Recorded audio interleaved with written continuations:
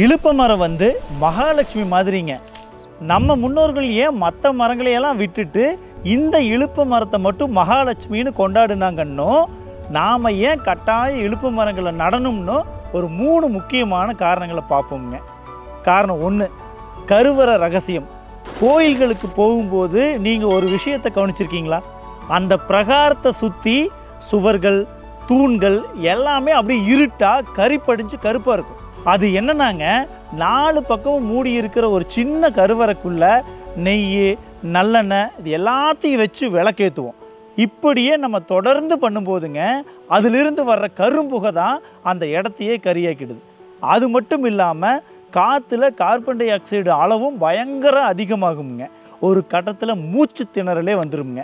ஆனால் அந்த காலத்துலங்க எல்லா கோயில்கள்லேயும் கோயில் வனம் அப்படின்னு ஒரு பகுதியை தனியாக பராமரித்தாங்க. அங்கே கட்டாயம் இலுப்ப மரங்களை நட்டு வளர்ப்பாங்க. ஏன்னா அதோட விதைகளில் இருந்து எண்ணெய் எடுத்து கோவிலில் முக்கியமாக கருவறையில் விளக்கேற்ற பயன்படுத்தினாங்க. ஏன்னா இந்த இலுப்ப எண்ணெயை பயன்படுத்தி விளக்கு ஏற்றும் போது அதில் இருந்து கரும்புகையே வராதுங்க. அதை விட முக்கியமாங்க, இந்த இலுப்பு எண்ணெய்க்கு காற்றுல இருக்கிற ஆக்சிஜன் அளவை அப்படியே சமநிலைக்கு கொண்டு வர்ற ஒரு தனித்துவமான குணம் இருக்குதுங்க. அதனால தான் அன்னைக்கு கருவறைக்குள்ளே வர்ற பக்தர்களுக்கு உள்ளே போன உடனே மனசுக்குள்ள ஒரு பாசிட்டிவ் எனர்ஜியும் தெய்வீக அமைதியும் கிடச்சிது. காரணம் 2, இது மருத்துவ மரம்.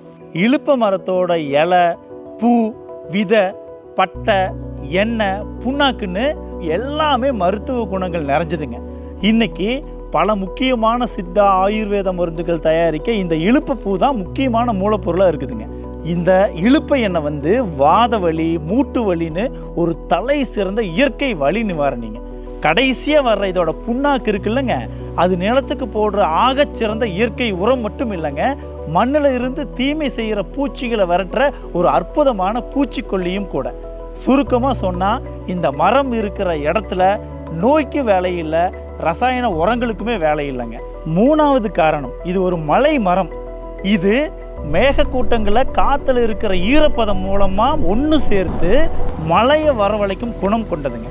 வறட்சியான பகுதிகளில் கூட மழையை ஈர்க்கக்கூடிய ஒரு நேச்சுரல் மேக்னெட் மரம் தாங்க இது.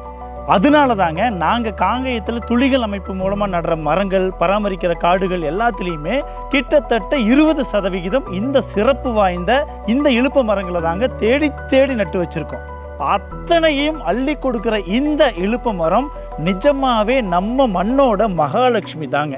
நீங்கள் உங்கள் இடங்களில் மரம் நடணும்னு நினச்சா தயவு செஞ்சு அழகுக்காக வைக்கிற வெளிநாட்டு மரங்களை தவிர்த்துட்டு நம்ம மண்ணோட மகாலட்சுமியான இந்த இலுப்பை மரங்கள் மாதிரியான மரங்களை நட்டு வளருங்க.